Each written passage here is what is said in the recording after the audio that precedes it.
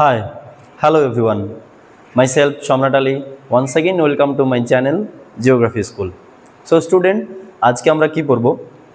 আজকে আমরা আবার দ্বাদশ শ্রেণীরই ইউনিট 1 থেকে তোমাদের সেমিস্টার 4 এর যে ক্লাস চলছিল, দুটো ক্লাস অলরেডি আমাদের হয়ে গেছে প্লেট টেকটনিক থেকে। আজকে তার ক্লাস নাম্বার 3। আজকে এখানে আমরা বেশ কতগুলো ছোট ছোট বিষয় সম্পর্কে জানব, যেরকম সাবডাকশন জোন কি, বেনিওফ জোন কি, প্লেট মার্জিন কি, প্লেট বাউন্ডারি কি, এই সম্পর্কে আজকে বিস্তারিত জানব। তো চলো শুরু করি। সাবডাকশন জোন, যাকে বাংলা থেকে অধোপাত অঞ্চল বলা হয়। তো এই সাবডাকশন জোন বা অধোপাত অঞ্চল কি, আমি তোমাদের প্রথম ক্লাসেই বলেছিলাম যে এই পাতগুলি সর্বদা চলমান, অর্থাৎ স্থির নয়। এবার এই পাতগুলি যে চলমান, কখনো একটি পাত আরেকটি পাতের কাছাকাছি আসে, তাকে অভিসারী পাত সীমানা বলা হয়। যখন একটি পাত আরেকটি পাতের কাছ থেকে দূরে চলে যায়, তখন তাকে প্রতিসারী পাত সীমানা বলা হয়। আর যখন একটি পাত আরেকটি পাতকে পাশ কাটিয়ে যায়, তখন তাকে নিরপেক্ষ পাত সীমানা বলা হয়। অর্থাৎ বিষয়টা অনেকটা এরকম, ধরো এটা একটা পাত, এই পাত এইদিকে যাচ্ছে, আরেক দিক থেকে একটি পাত সামনাসামনি আসছে। তখন এইরকম পজিশন যদি হয়, মানে এইভাবে যদি তাদের অভিমুখ হয়, আমরা তাকে অভিসারী পাত সীমানা বলবো। আর যদি অনেকটা এইভাবে হয় যে একটি পাত এদিকে যাচ্ছে এবং অপর একটি পাত তার বিপরীত দিকে ধাবিত হচ্ছে, অর্থাৎ একটি পাত আরেকটি পাত থেকে দূরে সরে যাচ্ছে, তখন তাকে প্রতিসারী পাত সীমানা বলা হয়। বা এরকমও হতে পারে যে একটি পাত এদিকে যাচ্ছে, আরেকটি পাত এদিকে আসছে, তখন তাকে আমরা নিরপেক্ষ পাত সীমানা বলবো। এই পাত সীমানা সম্পর্কে আমি পরবর্তীতে তোমাদের ডিটেলসে আলোচনা করব, যে পাত সীমানা কয় প্রকার, কী কী, এই পাত সীমানার ফলে কী কী ভূমিরূপ গঠিত হয়। তো আমরা বুঝতে পারলাম পাতগুলো চলমান, অর্থাৎ তারা এক জায়গায় স্থির নয়, নিজের স্থান পরিবর্তন করে, কখনো একে অপরের কাছে আসে, কখনো একে অপরের থেকে দূরে যায়, কখনো পাশ কাটিয়ে যায়।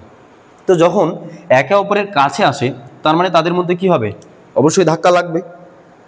তো ধাক্কা লাগার ফলে কি হয়, যেই পার্টটি ভারী হয়, মনে রাখবা, যেই পার্টটি হেভি ভারী হয়, সেই পার্টটি কিন্তু নিচে প্রবেশ করে যায়, আর হালকা পার্টটি তার উপরে থাকে। বুঝতে পেরেছো? নিচে প্রবেশ করে সেটি ধীরে ধীরে অ্যাস্থনোস্ফিয়ারের মধ্যে প্রবেশ করে, এবং অ্যাস্থনোস্ফিয়ারে উত্তপ্ত বেশি, উষ্ণতা বেশি, ওখানে তেজস্ক্রিয় পদার্থের পরিমাণ বেশি রয়েছে, যার কারণে এই যে অংশটা ভিতরে প্রবেশ করে সেটা কিন্তু গলতে শুরু করে, এবং সেটি ম্যাগমায় রূপান্তরিত হয়, এবং অন্য কোনো দুর্বল স্থান দিয়ে বাইরে আবার জলামুখ দিয়ে বাইরে আবার বেরিয়ে আসে। অর্থাৎ এক জায়গায় গিয়ে ঢুকছে এবং গলছে, গিয়ে ম্যাগমা রূপান্তরিত হচ্ছে, আবার অন্য জায়গায় এসে বেরিয়ে যাচ্ছে। বুঝতে পেরেছো? তার মানে যখন একটি পাত আরেকটি পাতের সংঘর্ষে লিপ্ত হয়, এবং এই দুটোর মধ্যে যেটা সবচেয়ে বেশি ভারী, যদি একটি মহাদেশীয় আর একটি মহাসাগরীয় পাত পরস্পর সংঘর্ষে লিপ্ত হয়, তাহলে তোমরাই বলো এবার কোন পাতটা নিচে যাবে, মহাদেশীয় পাতটা নাকি মহাসাগরীয় পাতটা? আমি কি বললাম, সবসময় কোন পাতটা নিচে প্রবেশ করে? সবসময় মহাসাগরীয় পাত নিচে প্রবেশ করবে, অর্থাৎ ভারী পাত নিচে প্রবেশ করবে। মহাদেশীয় পাত আর মহাসাগরীয় পাত, এই দুটির মধ্যে ভারী কে? মহাদেশীয় পাত, মহাদেশীয় নাকি মহাসাগরীয়? কে ভারী, হেভি কে? প্রথম তোমাদের দ্বিতীয় ক্লাসে আমি বলেছিলাম যে মহাসাগরীয় পাত কি হয়, ভারী হয়। তার মানে নিশ্চয়ই এই পাতটি নিচে প্রবেশ করবে। তার মানে মনে রাখবা, যেই পাতটি ভারী সেই পাতটি কিন্তু নিচে প্রবেশ করে। মহাদেশীয় পাত এবং মহাসাগরীয় পাতের মধ্যে ভারী তাহলে হচ্ছে মহাসাগরীয় পাত। তো যখন একটি ভারী পাত আর একটি হালকা পাত পরস্পর সংঘর্ষে লিপ্ত হয়, যে পাতটি ভারী সেটি নিচে প্রবেশ করে, হালকা পাতের নিচে প্রবেশ করে। নিচে প্রবেশ করে যে রয়েছে অ্যাস্থনোস্ফিয়ার, সেখানে গিয়ে ধীরে ধীরে গলতে থাকে। বুঝতে পেরেছো? তাহলে ভারী পাত যখন নিচে প্রবেশ করলো, যেই অঞ্চলটাতে প্রবেশ করছে, এই অঞ্চলটাতে, যেই অঞ্চলটাতে প্রবেশ করছে, ওই অঞ্চলটাকেই আমরা সাবডাকশন জোন বা অধোপাত অঞ্চল বলবো। আমি যদি এক কথায় বলতে যাই, তাহলে যখন দুটি পাত পরস্পরের সংঘর্ষে লিপ্ত হয়, একটি পাত আরেকটি পাতের নিচে প্রবেশ করে, অর্থাৎ ভারী পাতটি যখন নিচে প্রবেশ করে, যেই জায়গাটাতে প্রবেশ করলো, যেই অঞ্চলটাতে প্রবেশ করলো, ওই অঞ্চলটাকেই আমরা বলবো সাবডাকশন জোন বা অধোপাত অঞ্চল। এবার নেক্সট আসি, বেনিওফ জোন কি? বেনিওফ জোন, দেখো, ভারী পাত আর হালকা পাত যখন পরস্পরের সংঘর্ষে লিপ্ত হয়, তখন ভারী পাতটা নিচে প্রবেশ করে, হেভি পাতটা নিচে প্রবেশ করে যায়।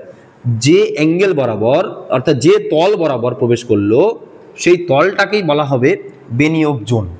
যে জায়গাটায় প্রবেশ করে, যেই অঞ্চলটাতে প্রবেশ করে, সেই অঞ্চলটাকে বলবো আমরা সাবডাকশন জোন বা অধোপাত অঞ্চল। কিন্তু যেই অ্যাঙ্গেলে প্রবেশ করে, যে তল বরাবর প্রবেশ করে সেই তলটাকে বলবো আমরা হচ্ছে, এই তলটাকে বলবো আমরা, যদি এরকমটা হতো তাহলে এই তলটাকে বলতাম আমরা হচ্ছে বেনি অফ জোন।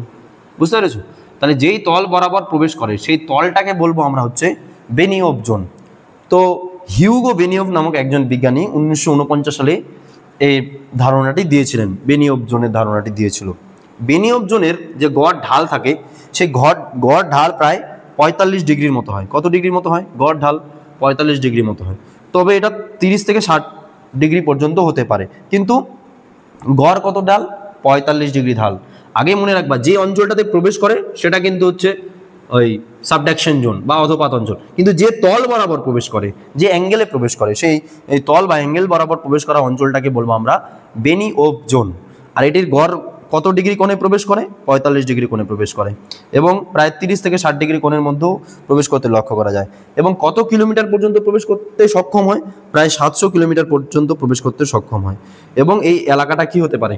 যখন একটি পাত আরেকটি পাতের সংঘর্ষে লিপ্ত হবে, নিশ্চয়ই এই বেনি অফ জোনটা, মানে যেই জায়গাটা যেই তল বরাবর প্রবেশ করে ওই বেনি অফ জোন কিন্তু ভূমিকম্প প্রবণ হবে। স্টপ। এবার আমরা জানবো যে প্লেট মার্জিন এবং প্লেট বাউন্ডারি, অর্থাৎ পাত প্রান্ত ও পাত সীমানা কি জিনিস। দেখো, কথা দুটো মনে হচ্ছে একই রকম, পাত প্রান্ত ও পাত সীমানা, কিন্তু তাদের মধ্যেও ডিফারেন্স রয়েছে। কেমন? পাত প্রান্ত বা প্লেট মার্জিন হচ্ছে কোনো একটা পাত বা প্লেটের শেষ অংশ, কিনারাগুলোকে বলবো আমরা, শেষ অংশটাকে বলবো আমরা পাত প্রান্ত বা প্লেট মার্জিন।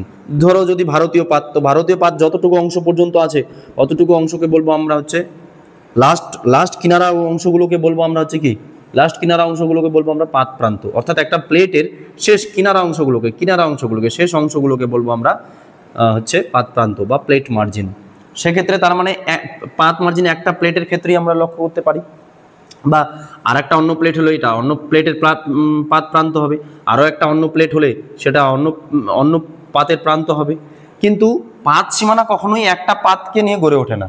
পাত সীমানা হয় দুই বা তার বেশি পাতকে নিয়ে গড়ে ওঠে, কেমন? পাত সীমানা বলছে পাতের চলনগুলোকে বোঝায়। যদি দেখো এই পাত আর এই পাত সামনের দিকে অগ্রসর হচ্ছে একে অপরের কাছে, তাহলে এই সীমানাটাকে আমরা বলবো হচ্ছে অভিসারী পাত সীমানা, যেটা তোমাদের আগেও আমি বললাম। আর যখন এই ধরো এটা একটা পাত আর এটা একটা পাত, তো এই পাত আর এই পাত যদি পরস্পর থেকে দূরে চলে যাচ্ছে, তার মানে দুটার নিরিখে যখন আমরা বলবো, দুটার নিরিখে যদি দুটো পাত পরস্পরের কাছে আসে তখন একটা পাত সীমানা হবে, আবার যখন একটি পাত আরেকটি পাত থেকে দূরে চলে যাবো তখন আরেকটি পাত সীমানা হবে। তার মানে একটির বেশি পাত নিয়ে যখন ডিসকাস করা হয় তখন সেটা হচ্ছে পাত সীমানা। বুঝতে পেরেছো?